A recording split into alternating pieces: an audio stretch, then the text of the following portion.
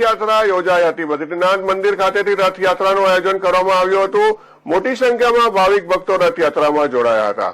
ધારાસભ્ય શૈલેષ મહેતા સહિત રાજકીય આગેવાનો દ્વારા રથનું પ્રસ્થાન કરવામાં આવ્યું હતું। ભગવાન જગન્નાથ, બહેન સુભદ્રા અને ભાઈ બલરામ સાથે નગરચર્યાએ નીકળ્યા ત્યારે ઠેર ઠેર ભગવાનનું સ્વાગત કરવા માટે અને દર્શન કરવા માટે ભક્તોનું ઘોડાપૂર ઉમટી પડ્યું હતું।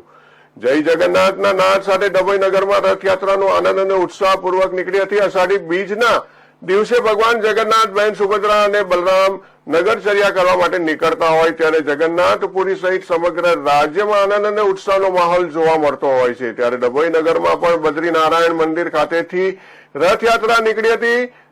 ધારાસભ્ય શૈલેષ મહેતા, મંદિરના મહંત સુદર્શન આચાર્ય, ભગવાન સહિત રાજકીય આગેવાનો અને ભક્તો મોટી સંખ્યામાં રથયાત્રામાં જોડાયા હતા। રથયાત્રાનું પ્રસ્થાન બદ્રીનારાયણ મંદિરથી ડભોઈ નગરના મુખ્ય માર્ગોથી થઈ પરત નિજ મંદિરે પહોંચી હતી।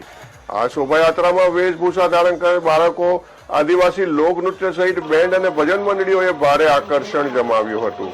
ઠેર ઠેર ભગવાનનું સ્વાગત કરવા ભક્તો ઉમટી પડ્યા હતા અને સાથે સાથે પ્રસાદીનું વિતરણ પણ કરવામાં આવ્યું હતું।